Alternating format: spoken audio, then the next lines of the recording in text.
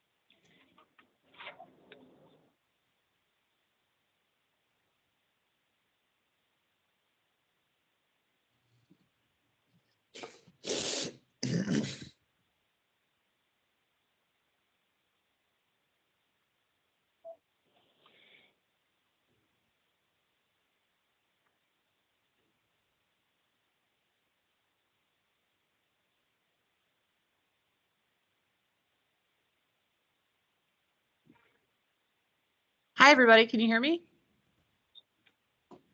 I can. Yay! Yeah. You're experiencing technical difficulties. We tested it at a time, and it's just deciding to be cranky. You guys are going to love this. Oops, I just accidentally put my hand up.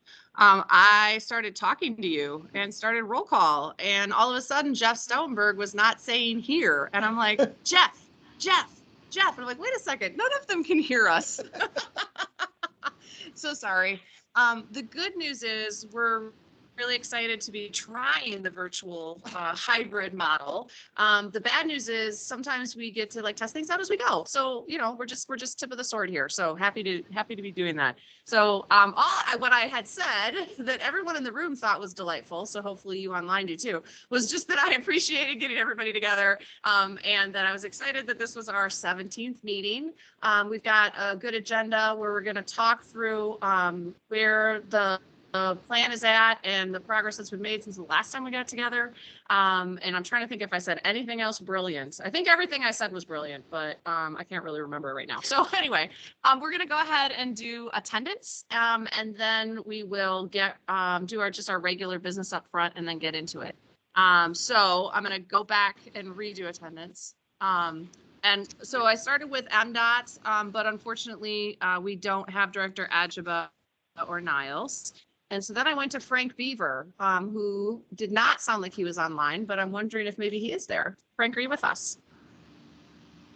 Nope. Okay, we don't have Frank. So Director Corbin or Judd from Leo? Hi, Director Clark. Judd Herzer here on behalf of Director Corbin. Oh, I see Judd, but we can't hear Judd. And I can't, oh, because I turned my speaker off so that I didn't. All right, I don't remember how to undo that. Judd. I'm here. Can you hear me? There. Yes. Thank you, sir. You always make these council meetings look so easy, and I'm learning. I'm going to have to learn from you. All right. Thank you, Judd. I'm going to loop back. Did I have Frank Beaver on the line? Have I asked for Frank's name like 5 times, and he's been trying to talk to me the whole time? No. Okay. Moving forward, I know Mary Draves is retired, I think officially either this week or next week. So we're glad to have Jeff Stoneberg from Dow joining us in the meantime. So Jeff, you're here? Yep, here. Thank you. Great. And then Carrie Dugan, I think, was going to call in. Carrie, you with us? Present. Great. Thank you, Carrie. DNR, Director Eichinger. I'm here, Liesl. Great. I can hear you. You're all going to be like, Liesl, can you hear me? Let me know. Okay. Treasurer Eubanks. Present. Fabulous. Jim Harrison. I think Jim was traveling. Are you online?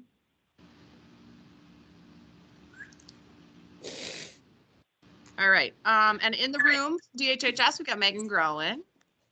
Thank you, Megan. And then Brandon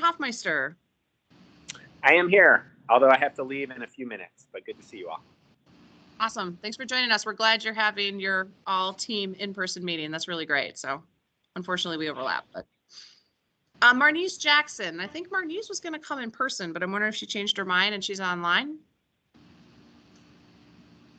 Marnice, are you with us? All right. In the room, we've got Director McDowell.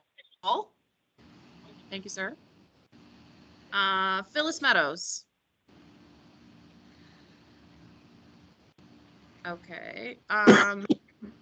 Director Messer from MEDC. Quinton, do I see you? I do see you. Present, thank you. Thank you, sir. Peck. Hi, I'm here. Hey, Peck. Tanya Plazowski. Here. Hello. Cynthia Render Williams. Present online. Great. Thanks, Cynthia. Phil Ruse is in the room.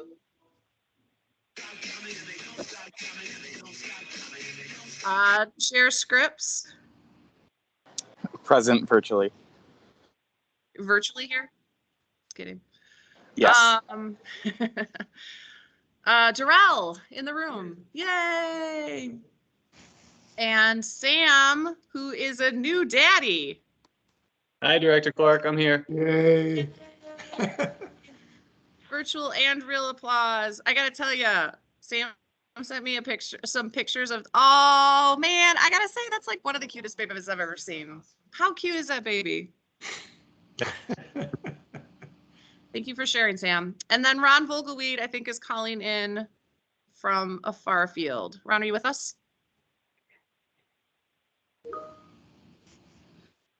All right, we don't have Ron either. All right, well, thanks everybody. Anybody that I called who wasn't able to give us a hear while we were going through the list that might want to speak up?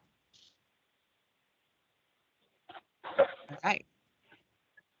Hopefully the owl doesn't make you too seasick, but what it does is it focuses on the person speaking. So hopefully this will help us handle the inside room conversation, and we'll just have to let us know, and we'll be flexible as we improve upon our experience in the hybrid world.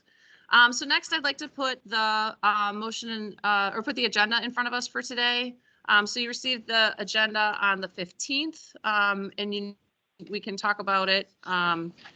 We largely have a session for discussion. So we're going to have Corey Connolly from the team and James Cliff take us through, oh, and Regina as well, Regina Strong. We're going to have a few of the team members, I should have just said up front, take us through the current version of the plan and what we have heard, summarizing a variety of the public comment that we've received, and then the work that we're doing to incorporate that as it stands right now.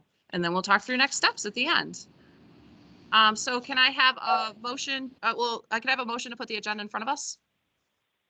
Thanks, Terrell. Second, Phil. I've got motions and second in the room, so it's gonna go really fast now. Any discussion on the agenda? All right, all in favor, say aye. Aye. Aye. Aye. Aye. Any opposition? All right. I have a new speaker, so it's going to help us hear others.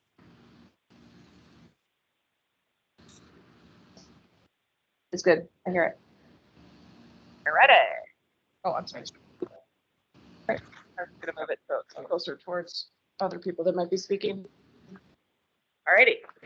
Next, I'd like to do the meeting minutes. Meeting minutes for the February.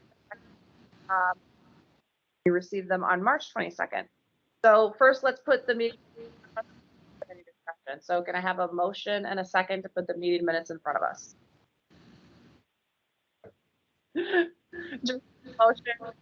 Agree with support. Any discussion point on the meeting minutes? Anybody see any improvement?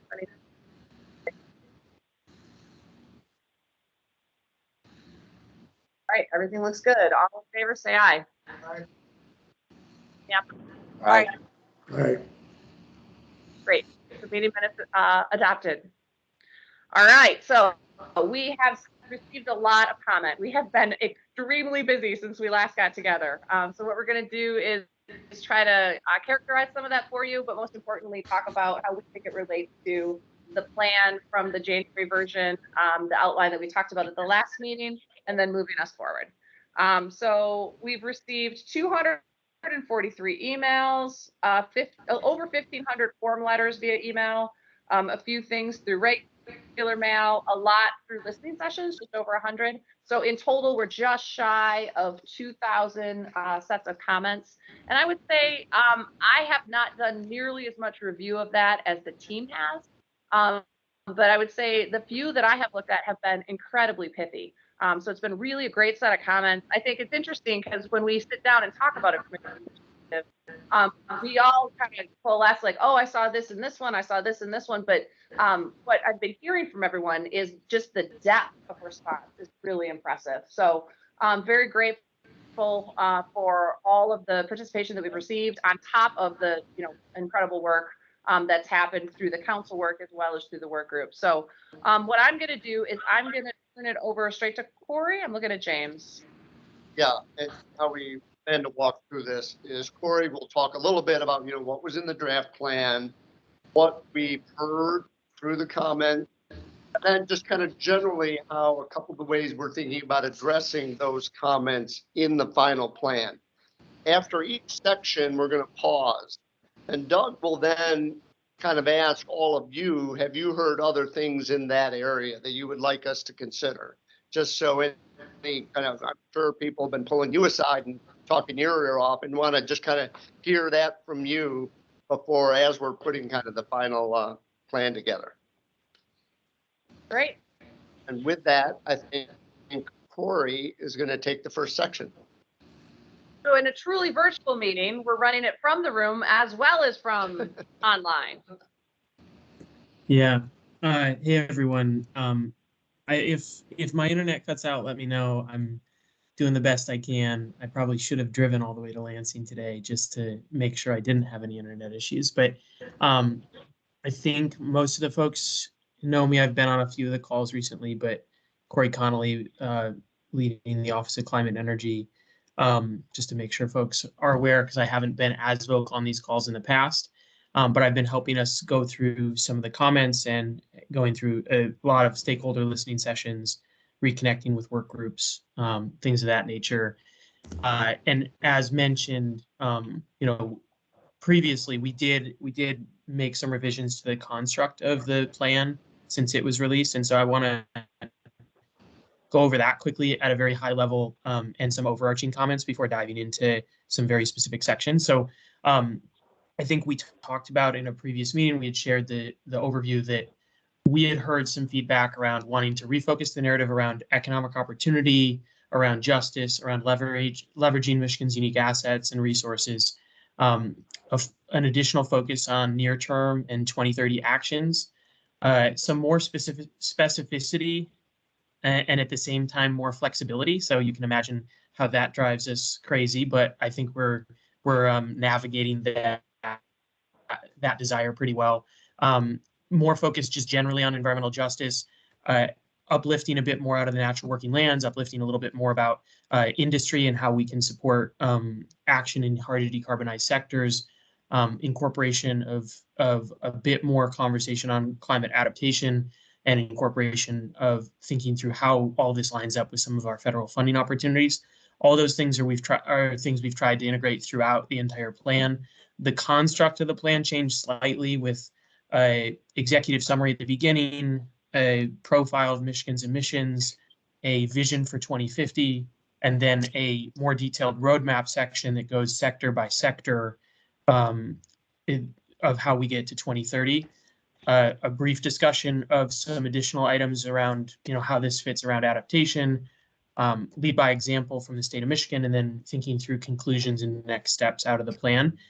What we're going to focus on, or what I'm going to focus on for the rest of the time here, is that sort of that actions by 2030, which we consider to be sort of like the meat and potatoes, or, for the folks that like me that are vegan, the protein and potatoes portion of the plan. I realized as I said the meat and potatoes how like off-brand it was for both me, and also given some of the work that we do, for me to assume that that's how we should be referring to it.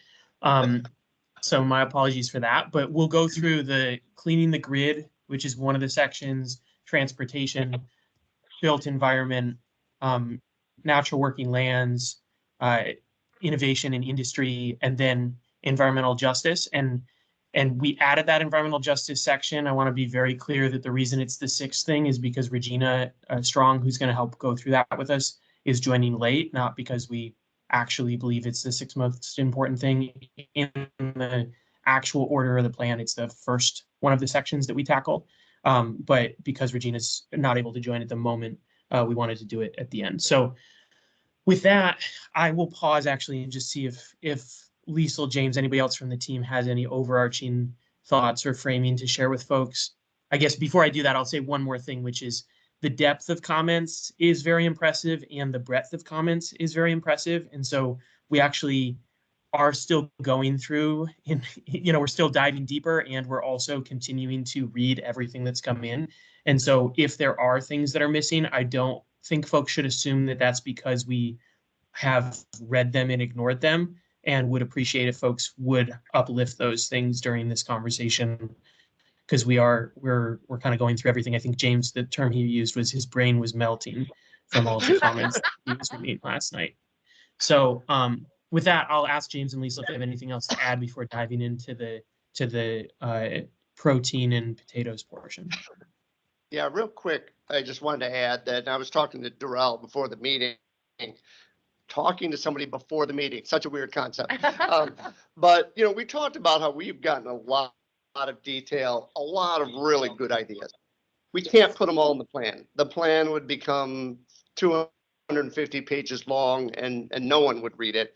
We are setting aside a lot of those ideas for the implementation work we're going to be doing. So we're filing them away in folders. So if you put in a comment and it doesn't make the plan, that doesn't mean it's like off the table. It just means we couldn't fit it in the plan. Again, and we really do appreciate kind of that depth of comments that we received.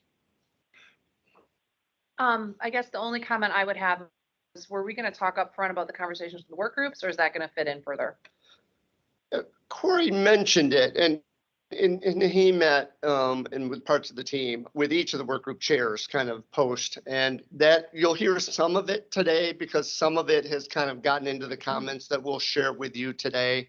But we did specifically meet with each of the work group chairs to kind of get feedback from the draft plan and talk about the work they had done. And again, because a lot of that work really gets into the detail of the work that's going to be in front of us, but it just doesn't all fit in the plan. Exactly. Yeah. And we had a series of those meetings. We also had, and Regina will speak to this, many meetings, both within the MAC-EJ without without my office's participation, but also a number of listening sessions with MAC-EJ and MAC-EJ participants as well to inform the environmental justice portions of this. And then we've had tons and tons of, I think for a while I was averaging 13 video calls a day or something, which is Liesl's normal life, but isn't really mine. So anyway, so I'll dive into the cleaning the grid section. So this is our, the equivalent of the energy production, distribution, transmission work group, sort of the analogous section in the report. The draft plan included a call to conduct holistic statewide energy planning with a lot more detail, with some more detail to what that might include. Adopt a renewable energy standard of 50% by 2030, and the use of coal-fired power electricity production by no later than 2035. Use state lands for and work on best practices for siting renewables in Michigan. And then it was less of an explicit call out, but it was included in the plan in a couple of the sort of what are we looking at toward 2050. And it was a call for 100% renewable 150. And I think that came through a little bit softer, but I'm noting it just because it's something that did get attention in some of the comments and want to make sure that is noted. What we've heard based on that and the narrative that was around this section and just general expertise in the sector that folks have been offering is a desire to align actions in the electricity sector with a little bit closer with some of the emissions reduction needs, sort of pointing to the need that the necessity that is we need to decarbonize the electricity sector at a pace that might be a bit faster than other sectors. And we hadn't put some of those specific numbers to anything, so I don't think it's anything that's divergent from what we were already talking about. But we did hear that emphasis from folks, is that we need to think about, are there ways that we can open up opportunities to go faster. We had explicitly called on that renewable energy standard as a mechanism, but that's not the only thing that we need to be doing to get renewables into the electricity system. So we heard that loud and clear from folks of thinking about different policy mechanisms, also thinking about different technologies and approaches to make sure we're getting to carbon-free electricity and reducing our emissions from the electricity sector in a holistic way by 2030, in line with the 2050 targets. We heard an emphasis on more short-term targets around 2030 generally. We heard a need for some additional policy mechanisms, as I mentioned. We heard loud and clear a need for reduced energy burden and improved access to renewable energy and advanced energy solutions for Michigan's disadvantaged communities, folks that have historically been left out of some of these transitions in the past and out of our traditional energy economy. So those are some of the things we heard. Some of the topics that this kind of blends in, what we heard with what we were discussing, and what some of the things that might be included moving forward. Looking at we're exploring the opportunity to have a more explicit call out around energy burden, things like percentage of income payment program to reduce energy burden, without getting into specifics of how something like that could be structured or authority around it or anything, but that's something that's been brought up. Additional funding to the Utility Consumer Participation Fund and the associated Utility Consumer Participation Board to increase representation of communities. Look at the renewable energy targets that we have in the plan a little bit more broadly, so a little bit less tied to one specific policy mechanism like a renewable energy standard, but look more toward the amount of renewables we need and opening up flexibility around how we get there when it comes to renewables and carbon-free electricity. Looking at and incorporating into the holistic energy planning the future of all fossil fuels and what Michigan's path forward looks like to get to carbon neutrality, and what that means for the overall mix of fossil fuels in the electricity sector long term.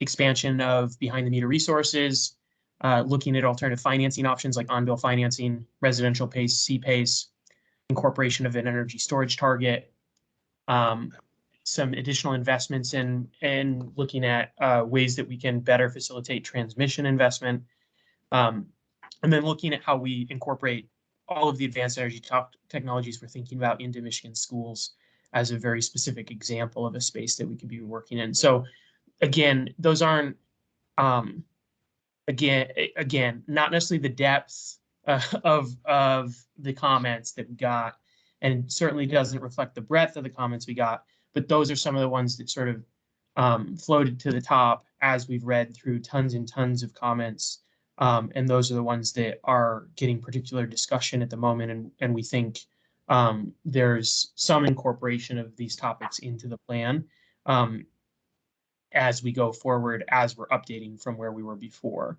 I will pause and just before I hand it to Doug, just offer for James and Liesl to add anything to that. And I, also recognizing what James said, which was that, we got tons and tons of comments and we can't incorporate everything. And I also just gave you a laundry list of a lot of things. So apologies for that. But I think as you know, like we could probably do this for days, I think, of coming up with more and more things we could do. And we're hoping that some of these things taken holistically are what actually will get us to the emissions reductions that we need out of the electricity sector by 2030, while taking account for the justice considerations that we want to make sure are central to the plan. And that's what we're trying to prioritize is some constellation that gets us there, recognizing some level of flexibility. But anyway, I'll stop talking because I could keep doing that for days and let James and Lisa share anything before I hand it to Doug. I have nothing to add there. Yeah, I have nothing either. Good list. Right. The one thing, Doug, before I hand it over that I Sure. forgot to mention, which is just a general frame for each of these sections, is we're trying to think about this as at the end of the day, we have to get a certain amount of emissions reductions in each of the sectors. And actually, we have to get to a certain amount of emissions reductions economy-wide. Then we're kind of taking a crack at what we think we could see as the range of emissions reductions in given sectors based on, a variety of factors around practicality, economic viability, just the readiness of technologies, policy, landscape, things like that. But there's so much uncertainty. What we're saying is one way or the other, we have to get the emissions reductions out. We're proposing some of the solutions that could get us there. If we find that something as we go to implement isn't possible, it means we have to get emissions reductions somewhere else. And that's, it's basically working within that type of a frame so that we don't, so that we can make sure that that we are hitting the targets we need to hit. So just wanted to highlight that before handing over to Doug. Okay, so this will be a little trickier than it normally is. I'm going to need help from Lisa and James, maybe identifying people in the room who put their actual hands up. For the rest of you, virtual hands will work just like it always does. Again, just for the council members. We appreciate everybody being on the call, but these discussions are just for the council members only. And maybe a couple of things. James mentioned other things to consider in each of these sections, and we'll do this at the end of each section. So are there other things to consider other than the list that Corey just went through? Or if you've got a clarification, did I understand you saying this, Corey, that kind of thing? Or what did you mean by this? Those kinds of questions would be really helpful here as well. So let me, I don't see anybody's hand up in the chat right now. Anybody in the room there? Yeah, Phil's got something. And All right. Because the speaker's a long way from Phil. He's gonna use his. Hear me? Yeah, I can hear you, Phil. This is a general question, and maybe this comes later, but I was trying to sort of figure out where we are in the process from what Corey said. I'm sure this will come up on other ones. What's our schedule right now? Or is that, or what are we trying to? I know the comments keep rolling in, so that. No, again, and we officially closed public comment on March 14th. Again, a couple are rolling in. We need to deliver the plan to the governor by April 22nd. You need to back out a little time because we need to, polish our writing once we get it. And so, again, we're hoping by, sometime in early April that we've got, most of the drafting done for the plan. So we're now a couple of weeks out, 2-3 weeks out from kind of putting pens down on the document itself. And can I follow on that? It's just Corey, you were talking about on the RPS and related measures of emissions reductions, trying to align the goals for the grid to the actual total emissions reductions, and it made me think about the modeling, which has always been a little bit later. Is that still later, or are you doing even sort of back of the envelope on making those things align? How much do we have to have the grid down to be on track for the 2050 reductions or 2030 goals emissions? Yeah, I mean, I can say we are not doing modeling. We have not engaged in a modeling process. We're working off of publicly available data, rhodium data, EPA data that just says, in general, here's a range. And I think that what we ran into was just in the draft plan. I think we weren't as explicit about some of the actions that we were taking, or and when you translate those actions into real world like megawatts in the ground or efficiency targets or things like that, it didn't. But those weren't exhaustive recommendations. And so I think what we're just trying to do is make sure it's clear to folks that we're keeping that in mind, and the recommendations we are putting forward either get us there or leave room to get there, in order to make sure we're on target, but not trying to get down to like we're trading a percentage here by X policy in the electricity sector. It's like if we adopt a policy in the electricity sector here and it's a percentage off, then we have to go get the percentage somewhere else. It's more of like we need to be within this range and recognize that when we do more modeling and more advanced modeling, we'll actually come down to some more granular level trade-offs. But at the moment, we're just trying to make sure that we don't put something out there that, misses the mark, and also is more of a framing question of helping folks understand just that there are a lot of tough trade-offs. And if we don't go as hard in one space, it means we have to go harder somewhere else if we're going to meet the general emissions reductions. But to your first question, we've not modeled it and in a way that brings in very, very specific to Michigan modeling, as much as we've looked at what data we have available and what, sort of the general going wisdom is in terms of emissions reductions that may be necessary. I don't know if James may have more thoughts on this, because I know he's been thinking about it, and I apologize for not having a particularly eloquent response. No, Corey has it right. I mean, again, a little back in the envelope. Now, I missed if we do have data scientists coming on board. We'll get more sophisticated as we move along and engaging with people around the state as we do that. Yeah, but I mean, I can appreciate the complexity of it and from where we are right now. And it sounds like you're piecing together the whole picture, even if it's, a swag right now. And that's a great start. Thanks. And I also appreciate some of the areas you're trying to incorporate, especially the EJ elements. So thanks. Okay, thanks, Corey. Again, this is we appreciate everybody being here, but the discussion part is just for the council members only. So let me put out my call again to any of the council members on this section. And we realize it's difficult because the list that Corey shared with you don't have in front of you, but so we realize the difficulty there. But any other thoughts on this section? You can always come back to it later if you've got something you want to think about. Why don't we go into transportation then, Corey, and then we'll see if people have questions on that section, or we may end up with some at the end too. So go ahead. We're going to give Corey a little break here. I'm going to do the transportation. Oh, okay. So just to remind people, in the draft plan, we had build the infrastructure to support 2 million EVs on Michigan roads by 2030. And we had percentage goals for each class of vehicles.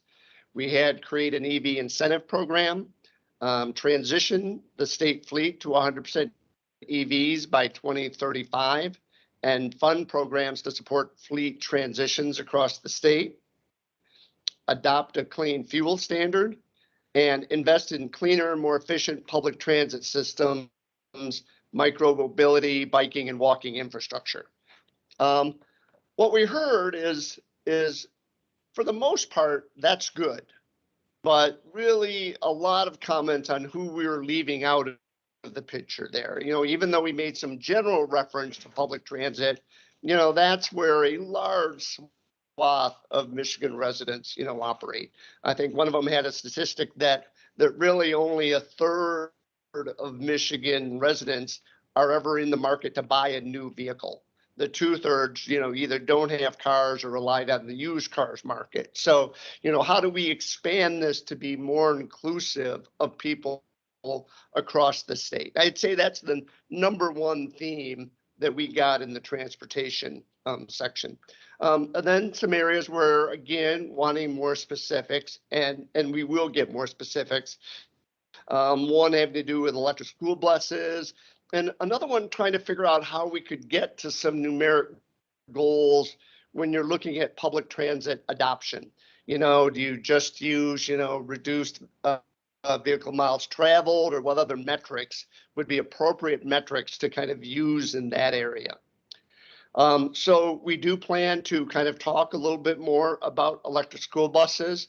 And I forget if it's one of the many seminars I've been on or the comments. It was really interesting because we've been funding some electric school buses out there. We're getting some data back for kind of some of these pilot school districts that really have jumped out in front. And remember stories from up in Gaylord, where you think about cold weather, some of the longest bus, kind of routes in the state.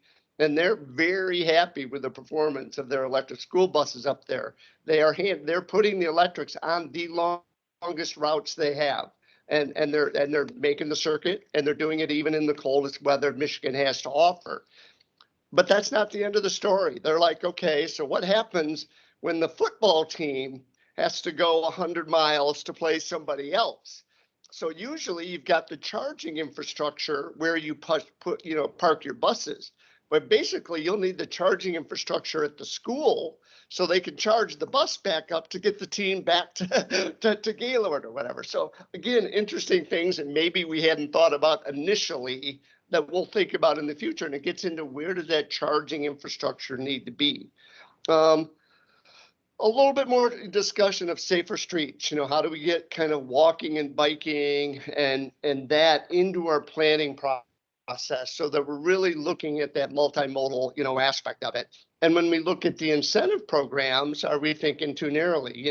E-bikes are obviously taking off around the country. Should we be expanding those purchase incentives to EV bikes, used vehicles, ORV? So kind of trying to figure out where exactly that program will go. Obviously, that's not something we're going to be able to create in-house. That's something we're working with the legislature on. So we'll figure out how we can talk about that. And again, we've been looking a lot at this ways of how do you try to get more metrics in that public transit space so that we can kind of gauge our progress moving forward. And so that people are looking at kind of the same types of metrics across the board so that we're make sure we're achieving those goals.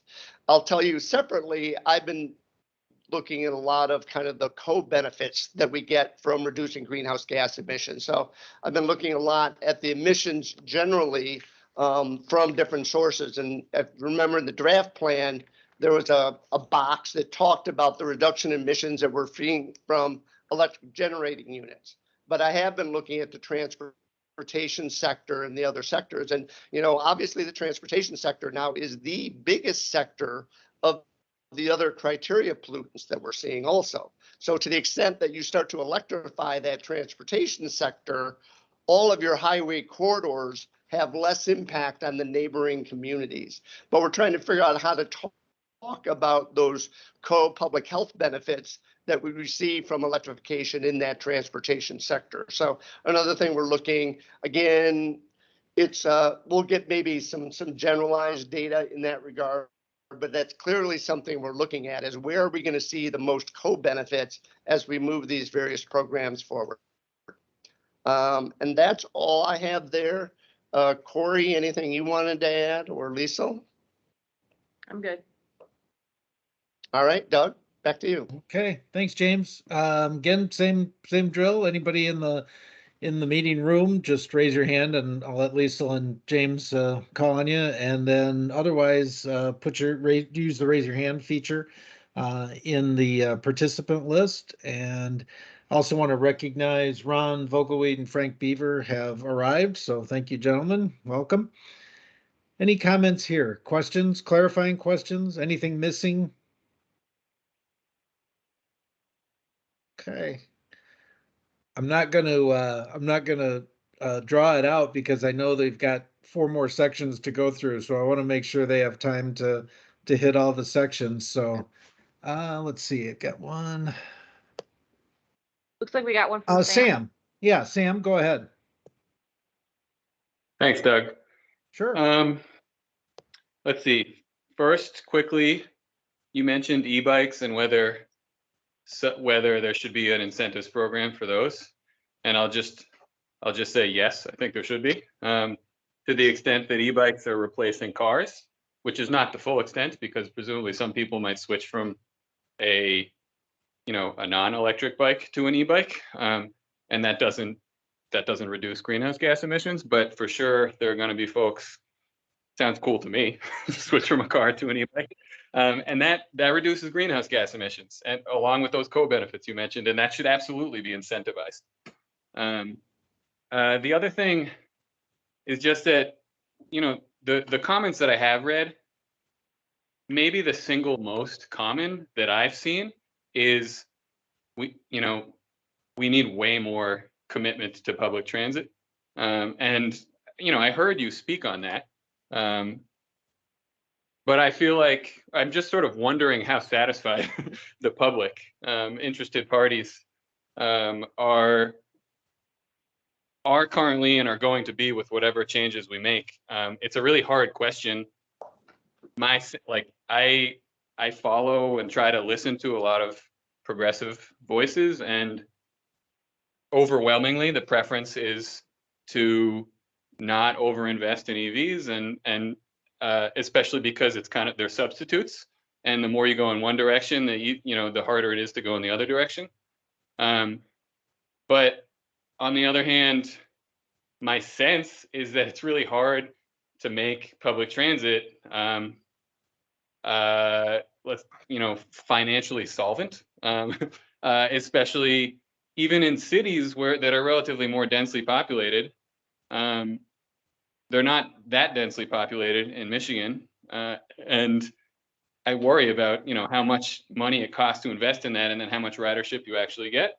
But I'm not saying I don't know the answers. I want to find out the answers, and I feel like the commenters who are speaking to this deserve to know those, to know what our response to that is. I guess I'll also add that as much as I want there to be vibrant public transit, and that's really the truly just solution here that can reach everybody. Michigan is the heart of the automotive industry, and electric vehicles, I do believe, are a necessary part of the national solution. We have to invest in those. So I don't think we do less of that. But again, I just think that all these people who are chiming in saying we need way more discrete, explicit commitment to public investment in public transit, I wonder what they're thinking if we don't really give them a lot more complete answer to those questions. Thanks.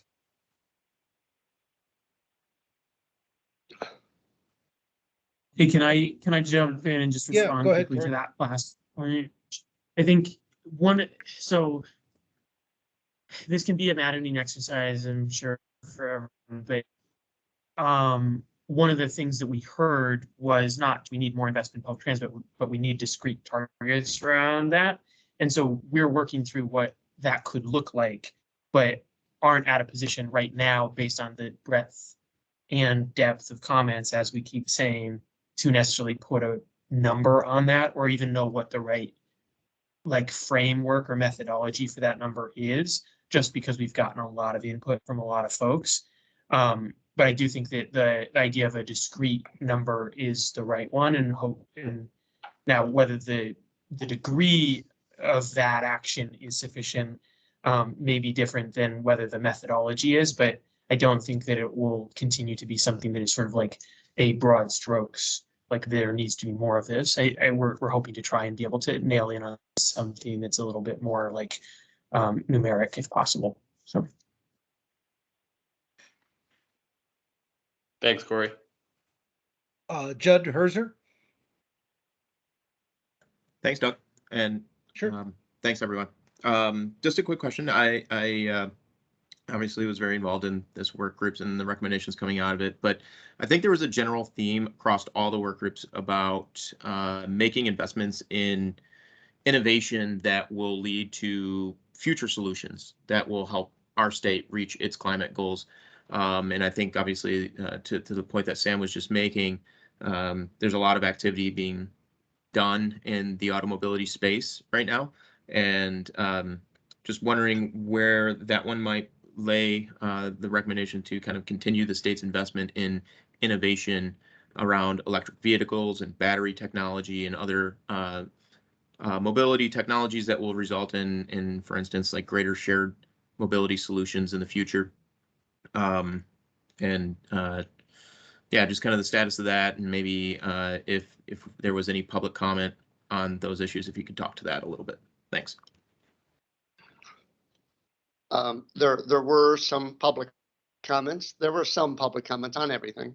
But obviously this is an area that has both impacts for Michigan from a greenhouse gas emission reduction standpoint and from an economic development standpoint. We do want to maintain our position in the mobility transportation sector. Most of the research and development that goes on in the automotive sector happens in Michigan. So to the extent that we're looking at being part of that future, I think, we can't, not talk about those types of things, because it is an area that is probably changing faster than anything at this point, as our transportation sector moves away from internal combustion engines. So it will be one that I think we need to keep our eye on. And again, we won't be able to get too in depth because there's so much going on in that space, but I do think it's important. We'll also give you a current event. Why not? The legislature is over there right now talking about a supplemental budget for the state of Michigan, included within it with the IIJA fund, $66 million for public transit, kind of additional money going onto their plate to kind of boost some public transit across the state here. So. Thank you. Okay, making one last check here of the board. Anybody in the room? Hand up? Nope. Good here. Okay. Buildings. I won't guess which one of you is going to take it. So whichever one of you is going to take it, go right ahead. Yeah, now folks might cringe here, but the safest guess the rest of the way is me. So I'm going to be talking a lot. But I will play a little bit of traffic the rest of the way. So the next section we had, and a reminder for folks, the big three sections in terms of emissions reductions that we anticipate being able to really take action in, and that we've prioritized in the plan, but doesn't mean that the other sectors aren't getting attention, particularly with the updates that we're adding. But we're electrifying greening the grid, electrifying transportation, and the built environment, encouraging decarbonization in the built environment. So those are those three. The third one here, buildings. In the draft plan, we had adopt a 2% energy waste reduction target for electricity and a 1% for natural gas, and explore additional pathways to reduce energy demand and energy burden. Explore program financing options and public funding opportunities to help people invest in clean energy projects. Adopt the 2021 Model Energy Code, including provisions to support electric vehicle charging and other decarbonization technologies. Explore funding options for pre-weatherization and climate resiliency in homes. Those were the items that were called out explicitly in this section. What we heard over the course of feedback were, again, like James has said, we heard everything, but a lot of the stuff that really came to the top is that we need to see more direct discussion on electrification technologies as a part of the plan. That this sector needed to see some additional ambition when we talk about, to Phil's question around, what are we looking at in terms of actually meeting and piecing together a plan that gets us to the emissions reductions we need to see. The comments on the built environment were that we needed to have a little bit more of like a North Star in this section to figure out exactly how are we going to reduce emissions here, because if we don't reduce emissions here, we have to reduce them somewhere else, to the point I made earlier. And then need to think about how to best serve disadvantaged communities and make sure that whatever we're calling for doesn't hurt communities that are already hurting from historical harms around environmental justice, energy affordability, energy burden, et cetera. And thinking through the health impacts around heating in homes and such. So that's a lot of what we heard in terms of topics that we're thinking about, or how that's translating into potential paths forward plan. would looking at, rather than just relying on the energy waste reduction, like we talked about, the energy waste reduction standards, we would look at setting a broader target around reducing heating fuel usage through whatever means necessary in homes and businesses, but increasing the flexibility around that. So it will include an energy waste reduction target, also include utility process, would also include incentives, things of that nature. But take to something like a reduction of 3% per year in fuel usage in that sector. And again, percentages, mildly less to even say them out loud when we're still wading through a bunch, but trying to give you all a sense of, we're trying to increase some of the ambition, but increase flexibility in step with that for more solutions and be a little bit less dependent on, for example, the energy waste reduction targets as the only means for us reducing emissions in the built environment. Another one would be establishing incentives for the sale of electric appliances in applications that are economic today or low-income communities in Michigan in particular. A third would be looking at long-term planning to reduce methane loss prior to consumption and thinking about the role of all heating fuels in Michigan's future and thinking through what a decarbonized or a decarbonizing sector looks like in Michigan long-term, and calling for that to be a part of a broader study. And then strengthening language. So rather than just saying exploring funding opportunities, looking at expanding funding opportunities for pre-weatherization and for home repairs. Truly, like when we're talking about efficiency in the built environment, we talk about environmental justice, like folks, homes that are sealed and safe and allow people to be healthy. And that is a prerequisite to even doing a lot of the energy efficiency and energy waste reduction work we're talking about, any of the advanced technologies we're talking about. And so we heard that loud and clear through some of the comments that we had said explore looking into that, and we wanted to uplift that recommendation that we had and push it a little bit harder. And so those are some of the items that we heard, some of the ways in which we're thinking about incorporating them. Again, you'll hear a general theme here where there may be some additional, I guess I'm calling it ambition, but an additional pace or some next step in action, but paired with some level of additional flexibility to help us figure out how we get there. Because, we kind of have to have every solution on the table. So that's the built environment. I will hand it to, I'll open the floor to anybody, James Liesel, who might have additional comments or, want to pull my foot out of my mouth anywhere. And then we can hand it to Doug. I think you've covered it.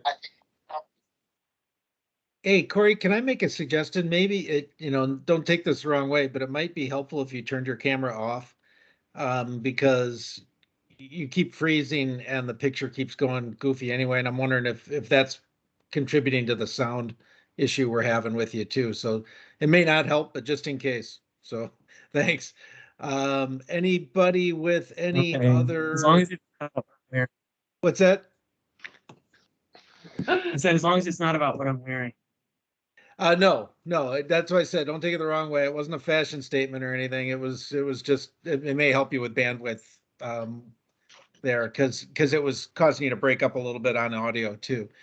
Comments, thoughts, things missing, things to be clarified. We'll go around and ask the council folks. Anybody in the room? Nope. Okay. Corey, land and water. Oh, wait, Sam, go ahead. Got in just under the wire, Sam. Do we know how the energy waste reduction standard is complied with? Like, what are the actions that meet those targets? I've been under the impression previously that it's mostly like customers turning lights off more, and kind of like not like behavioral actions rather than hard measures, investments in appliances and whatnot. And I'm wondering if we know anything about that in Michigan. We know a lot about it. I'm gonna look first and see if Chair Scripps is on, wants to speak to the way the energy waste production or what energy waste reduction programs work. But I don't know. I'm looking to see if he's on. So Dan, are you there? All right, he was calling in from a meeting down in Memphis. So I'll fill in and won't do as well as Dan will, but I think there's two components that are kind of interesting, and some of this came out in the comments. One, the standard right now of 1% for electricity and 0.75% for natural gas is in statute, and that is implemented through the Michigan Public Service Commission. Also in statute is incentives that the utilities earn if they exceed those numbers. So a lot of the overperformance we've been seeing in the electricity side, they've been averaging almost 2%. So they've been overperforming in exchange for incentives so that they're getting kind of paid for not selling electricity. And part of this was the whole idea of kind of taking away that perverse incentive where utilities just made more money if they sold more electricity. So to overcome that, they've used incentives in the statute, and that has worked very well. And they've overperformed both on the electricity and the gas side. There is a suite of programs that they use to meet those target numbers. And there is something called the, I'm trying to think the whole chart of the benefits. Yeah. So there's a whole, yeah, there's a chart out there where they're, if they do a certain program, they get a certain percentage reduction credit for a certain percentage reduction. And that chart is reviewed and revised on a regular basis. So for example, light bulbs, where a lot of the early gains were in light bulbs, switching to LEDs. But now they realize when they hit a certain saturation level with LEDs, the utilities do not get as much credit for those anymore. And therefore they have to go into other programs. So a wide suite of programs that kind of lead to those numbers that you're seeing, and some of them residential, some of them commercial, some agriculture, very targeted programs to different sectors. And I'm sure Director Scripps can get us more information in that area, but it is more than just kind of turning down the lights. And we look at other states across the country, and we keep learning from them on new programs that they're running. The key is you got to keep paying attention. You got to keep innovating. You got to keep engaging your customers, because that's the way you win. In Michigan, a lot of people have talked about pumps. We move a lot of liquid, water and otherwise, and a lot of those are very kind of old pumps. So switching out those pumps with more efficient pumps alone, is a tremendous potential saving, especially in that commercial industrial sector. So Ron may have more. I was going to say, it always makes me think of Ron anyway, and now he's got his hand up on top of it. And now his hand is up, just in time. Ron, go Thanks, for James. Yes. No, thanks. And I appreciate that lead in. So that's good. No, I mean, I think the other portion of this, I think when we think about the built environment and the targets we're setting on energy waste, I think those are fine. But in order to manage the large, let's say, increase with EV and EV charging as we start to put that out, and especially at the rate we're putting that out with allowing the utility the best flexibility, you still have to have the demand side, let's say, flexibility, and not just storage. Storage is going to be fairly expensive for an extended period of time. When we look at a just transition, there are already flexibility measures. So, for example, Energy Star is already giving credits for flexible response appliances, for example. And how do we work that more into the plan to look at how we manage the home or built environment in the right way, instead of just looking at decarbonization or more efficiency standards? Those are already in play. I think the DOE is reviewing, I think, all appliance categories right now to already start to ramp those through, and those will be a natural course. But if we start electrifying everything all at the same time at this accelerated rate, you're going to need the flexible demand side aspects more, I would say, ingrained or incentivized into that system. So not even just appliances, I'd say any of the demand or load side aspects. So I think that's the key portion I think is still missing in kind of the, especially in the best or optimized just transition. You're starting to see some pilots already being done in other states where they're starting to look at what does that mean? How do we start to look at the, not just the energy usage, but when it's used and how it's used. And I think that's those two pieces still don't come out in the plan for me. And I think there was some comments, not many though. And I think just because of the lack of, I would say, some of the lack of knowledge on what the potential is to shift the curve, because we don't want to get into essentially a California scenario where you have a massive swan curve now. You've kind of gone past the duck. I think we're starting to get to ostrich at this point. So, and what those ramifications may have when we look at the overall system efficiency. So I'll be the broken record, I guess, in that sense. But I think, you know, there's certain technologies that make sense in certain places. And I think how do we look at all the above aspects of that while allowing, let's say, the system efficiencies to come through, and instead of just looking at it as waste and continuing to kind of squeeze the proverbial turnip. Yeah, I think that's a great point, Ron. And, you know, definitely want to make sure the demand side comes out and the shifting. I literally always think of Whirlpool and the example around defrosting freezers in the middle of the night. So, and I suspect Doug would have some suggestions for us too about the way other states have looked at demand as part of their climate plans. So good flag. We can help fill in some of those blanks for you if you like, in terms of what's going on in other states.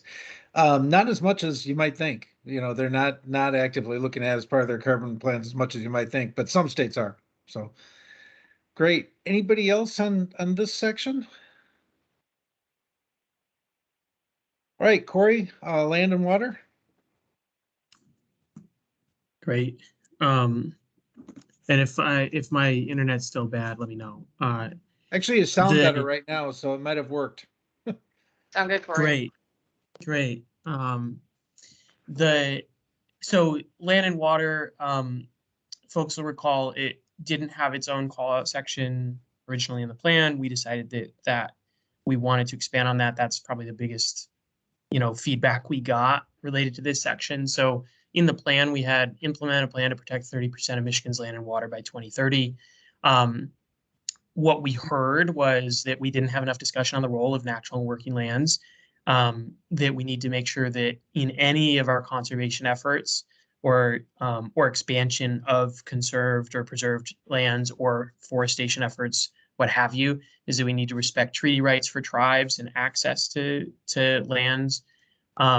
Need to think about how to support small farmers, and think about climate smart agriculture practices, a focus on avoiding conversion of forests and wetlands, and then just a writ large, more attention to healthy soils, and the overall role of soil and forestry and natural environment in the transition to carbon neutrality in Michigan.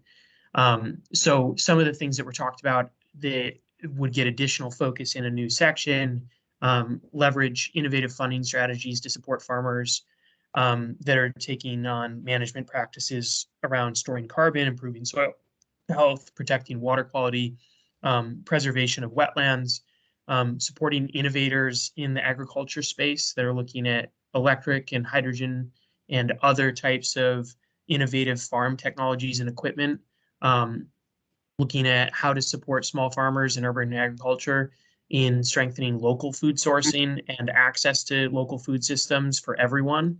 And then, you know, like we said before, making sure that we're adequately, partnering with tribes and preserving treaty rights, respecting treaty rights, and equitable access to nature and recreation.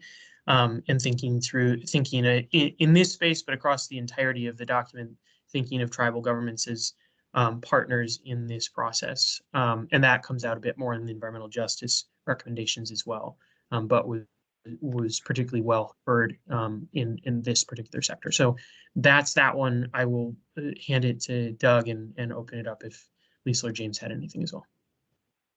All good. All good.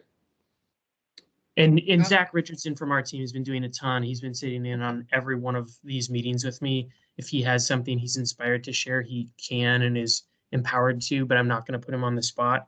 But for folks who have been working with us, you know that Zach's is passionate about this issue and it brings a lot to the table on that for us. So we're always happy to chat about this and I mean anything, but in particular with that added capacity that Zach brings to our team from the Office of Climate Energy.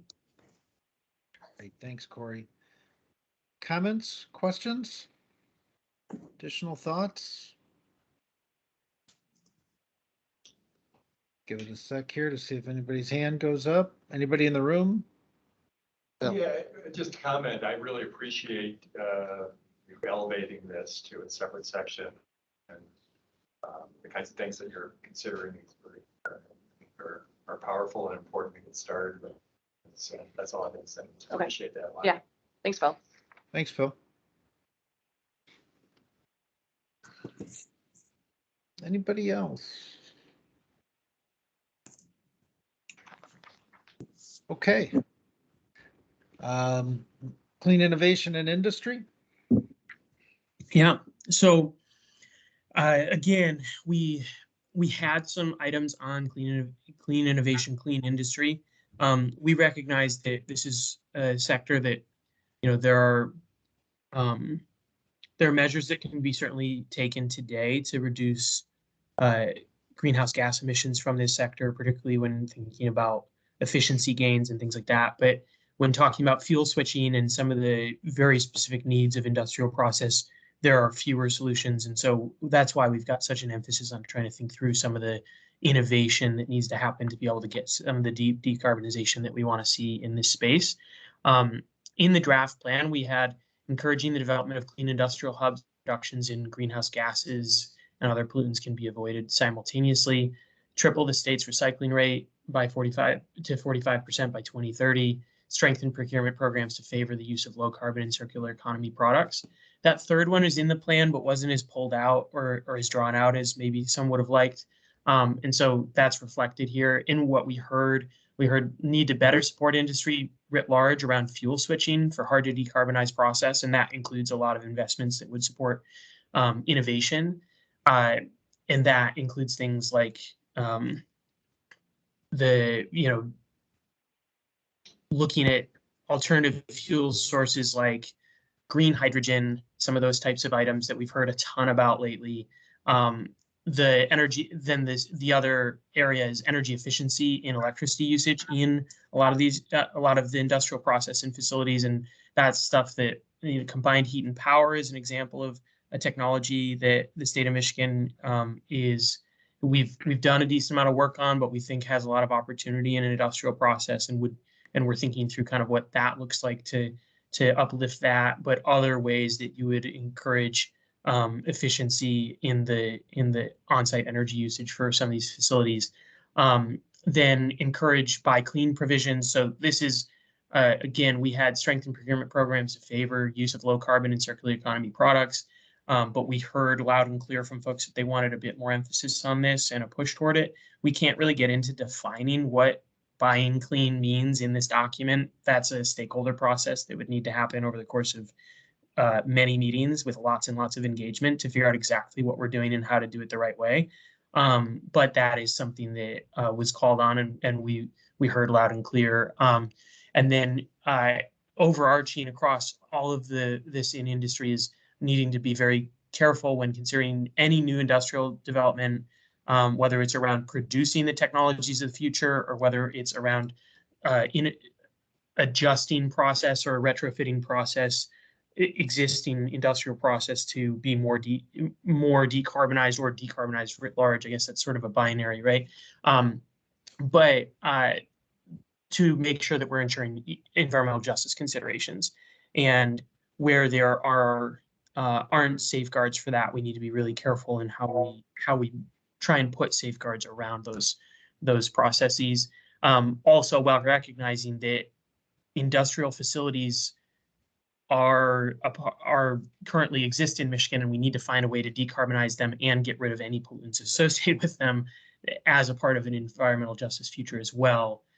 So we have to do both of those things at the same time. So things that we are thinking about in this space, working to ensure that Michigan communities that are impacted by industrial development and operations are meaningfully engaged in the siting, construction, and operation of clean industrial hubs. Provide incentives and technical assistance around energy efficiency and process improvements, and thinking through some of the buy clean language, and generally trying to figure out how we make sure that where there are opportunities for some of these big R&D investments that are coming through federal opportunities through IIJA and otherwise, that Michigan's prepared to take advantage and make sure that industry is coordinated and well suited to see that investment come here for decarbonizing in the industrial sector. So that's the snapshot. I'll pause and offer again, Lisa and James, to add anything and then hand it to Doug. All good here. All good. Comments? Any of the council members? Questions, thoughts? Anybody in the room?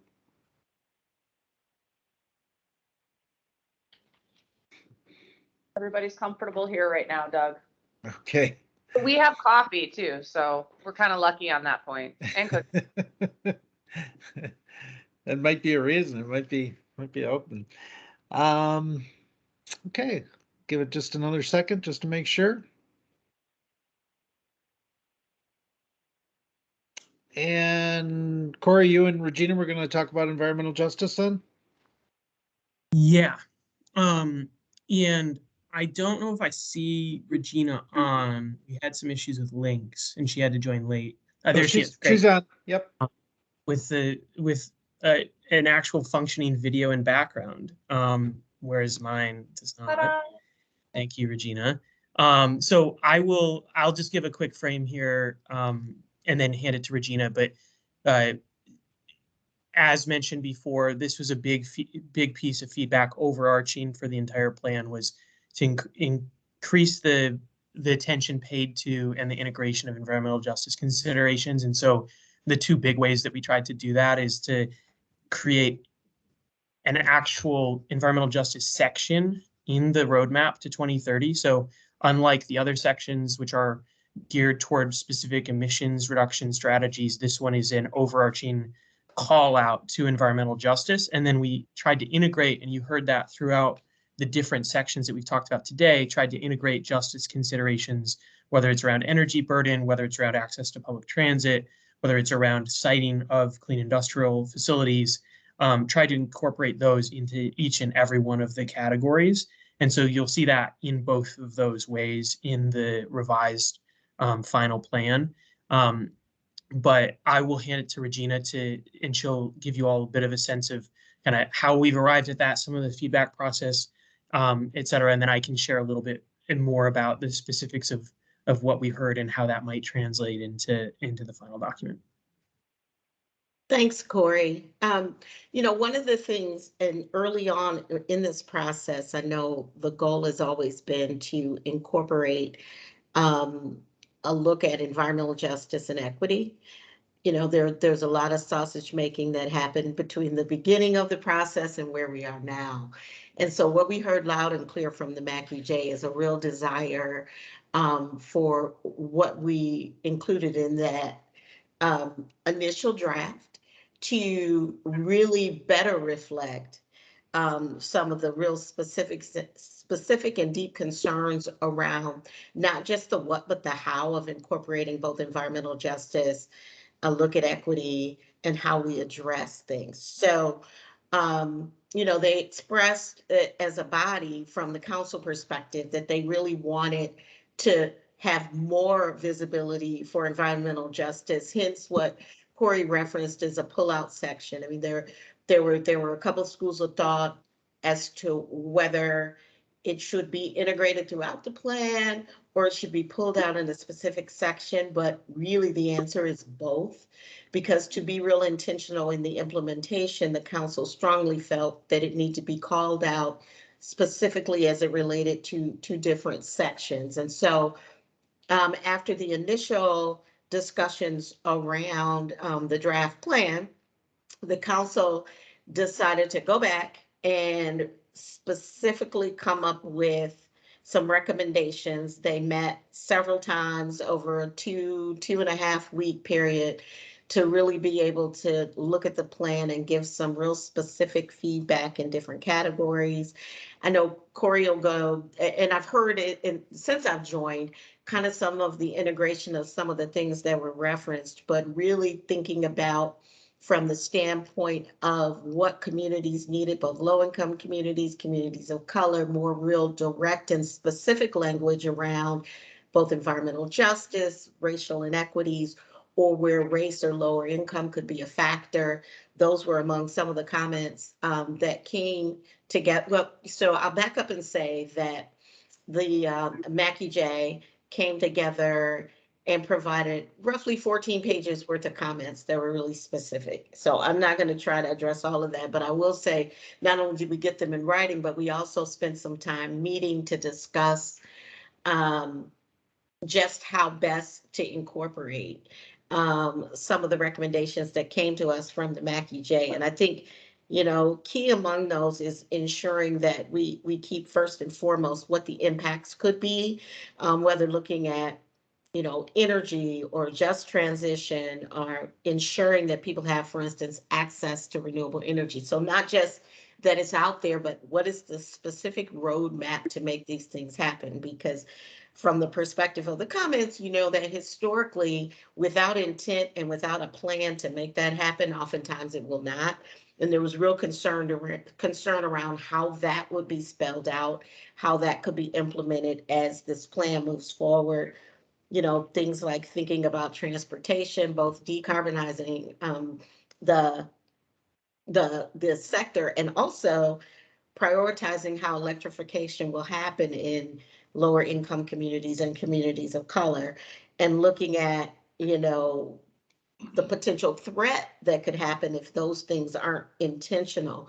As we transition away from fossil fuels, for instance, on the energy side, you know, looking at both siting and location and some of those other factors, as well as, and I think I heard Corey mention this, concern around industrial hubs, just given the historical perspective of, you know, environmental justice communities are all about location, right?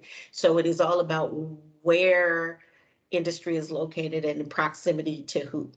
And so there was some concern expressed around that, and I heard a reference to just taking a fresh look at that and how that plays a role moving forward.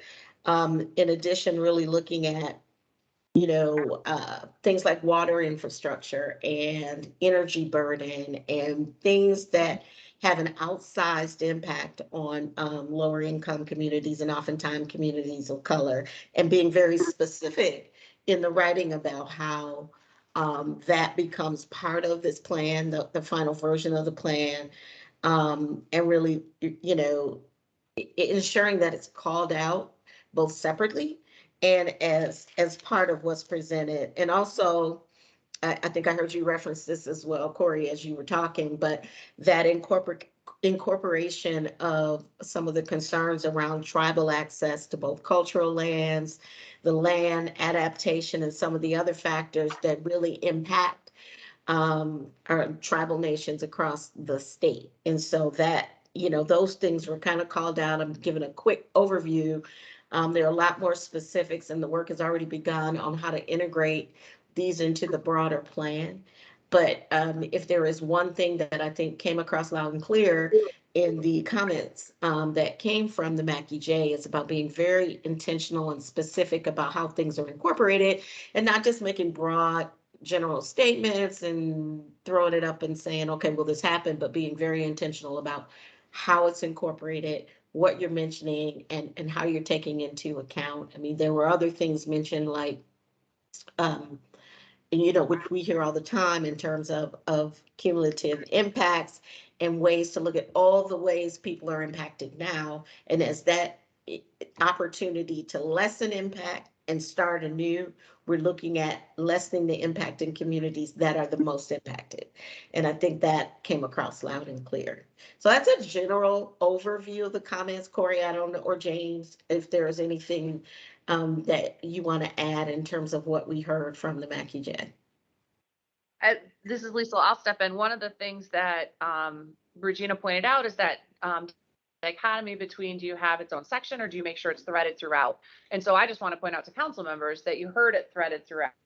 So for example, when we talked about mobility, the decrease in emissions and the benefit that that has for areas where you typically see the cumulative impact. So those are ways that we've tried to kind of pull it out within sections as well as highlighting it as its own section. So I have nothing further to add. Great. Council members. Yeah. Thoughts, questions? Oh, Corey, did you Doug, have something else? Go ahead. I had some, so Regina covered what we heard, and I just wanted to highlight a couple of things just, Sure. in this particular section. So like we said, we have it integrated throughout, and we have sort of the high level overarching items that would live in this particular section of the report. So this is where the Justice 40 commitment would live. This is where the Energy Transition Impact Project would live.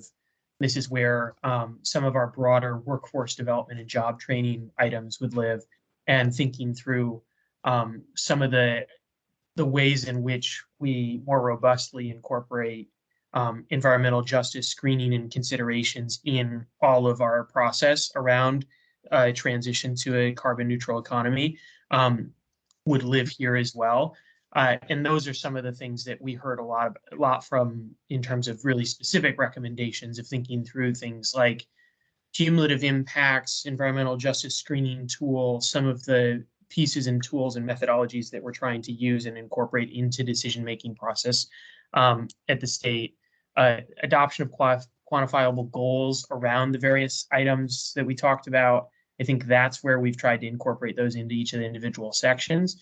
And I think writ large, the one thing I'll add is just sort of, and I think this is, my own way of saying what all of the things Regina said, but is we had a lot of push around making sure that we're recognizing and trying to address historical harms, current harms, potential safeguarding against potential future harms, and this is a pretty big one, making sure that we're providing access to future opportunities in this space.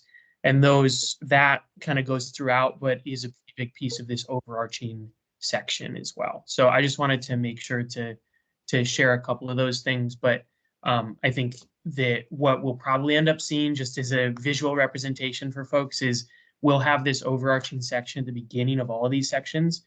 It will have all the cross-cutting pieces will be called out and a description of some of the challenges and issues. And then we will also have some level of redundancy to say, and here are some of the other things that you're going to see pulled out throughout the entirety of the report in each of the other subsections, just so that you can kind of see it all in one place as a holistic vision for how we're trying to address environmental justice. So there you go, Doug. Sorry to shortchange folks on the amount of time you got. No. We're trying to figure out if we log him in. Okay, he's logged in. Feature. Then we decided, why don't we just plug me in? But that didn't work. Any further comments, Lisa, James? I think we're good. Council members, any last comments, questions on the environmental justice section? Okay, we've just got a couple of minutes left. There was one question that came in the chat. Corey, I don't know if you wanted to take this or James, but it was a question of how you're defining carbon neutrality. The term came up earlier, so I didn't know if you wanted to answer that now or you wanted to treat that a different way. I will say that we did think about the fact that we needed to be much more specific in the document about our use of terms. So we will be clear in the final document when we use various terms, what we're referring to. Yeah, but I think where we're talking about carbon neutrality is in economy-wide 2050, which is a goal that we've signed on to. And so I think that definition is pretty, you know, I'm not going to try and regurgitate the definition right now, but I think that that one is not necessarily up for debate in terms of what that goal is that we've signed on to through the executive order. But I could be wrong. But And I know Sam put his hand up. I think he's first, but Jarrell's got a comment after that too, Doug, just to help you out. Okay. Okay, and then we're right about at time. So Sam and Drell, if you can be fairly quick, we appreciate it. Thanks, Doug, and Director Clark and Corey and James, everybody, and Regina. Regina mentioned water infrastructure, and been thinking about that this meeting, especially as energy burden has been talked about, and it sounds like there's progress being made that we're gonna think about energy affordability more concretely, maybe percentage of income payments. Begs the question about water. I know it expands the horizon of this plan a lot. I know that it's come up before, but if we're investing in water infrastructure to adapt to climate change, if water use is going up in response to hotter summers, et cetera, then this climate plan, it stands to reason, should touch on water burden. So that's what I'm asking about or thinking about, but you don't have to answer it now. Okay, thanks. I'll do a short answer, which is we are too. And the Senate right now is voting on a bill that just came over from the House that if the governor signs, which, you know, we all, you know, signs point to everybody's on board, it will invest 15 times the amount of dollars in our water infrastructure in this year that we usually do on an average year. So we agree with you, thinking about it. Thanks, Darrell? Sam. Drell? Thank you. This question probably, I can take it offline, but just, I guess, as we're marching towards that April 22nd date, how we're gonna roll out the final plan, you know, how are you all thinking? Perfect segue, Darrell. That was what the last chunk of the agenda should be. Should I talk, or actually, maybe I'll ask James, do you want to do it or do you want me to do it? Yeah, again, I'll start, Lisa may end here. I mean, obviously, we're setting up a communication plan and we're talking about, you know, potentially having that whole week be events around climate and the climate plan. So we're talking to different stakeholders to see who might stand up with various state officials to talk about various aspects of the plan. And we would look forward to kind of working with all of you on that also. What we do exactly so we're trying to spread it out. I mean, there's lots of topic. It's Earth Day week. We think we'll have a lot of attention. Let's try to use advantage of it. So maybe we'll be in contact with you, or if you're interested, be in contact with us and we'll figure out what we can do. Yeah, the other thing I guess I would add to it is, first of all, nobody intended the plan to be written in stone or to be final and perfect. We know that it's iterative. This is just a next step. You know, we've gotten together 17 times to do this work.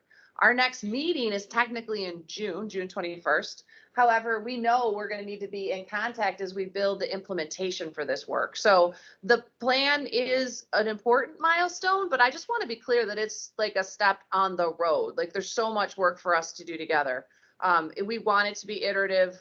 We want it to be just an example of our continued partnership together with all of you, with stakeholders, you know, with across state government, even departments that weren't reflected in the council because there's so much work happening within state government. So we're very much looking forward to continuing the partnership as we kind of move into the next phase, so to speak. Thank you. Thanks for that transition, Darrell. Phil? Will council members see anything before? We've been talking about how to share something a couple of days ahead of time. So I know you are all understanding that, you know, it's an Eagle plan, it's the plan of the governor. And, you know, we also know that we want, you know, the governor to have the ability to decide what's public when. So we're just trying to navigate those pieces, but also very understanding that you all would love to be part of that process. And we'd like to figure out how to honor that. But I don't have a great answer right now to tell you exactly when. Okay. Other questions? Sorry, Doug, I sort of took over. Darrell gave. No, that's it. That's good. It was, Ralph it gave was me the going to you anyway for Okay. next step. So that was it. All right. Well, I guess I will just wrap us up and say thanks everybody for their time and attention. Thank you to the team for talking it through, particularly Regina for being our special guest star and talking through environmental justice. So thank you for doing that. And we will be in touch. There's a lot of work to do together between here and April 22nd, as well as after that. So grateful for your time. Thanks, everybody. Hey, everybody. Thanks. Thanks.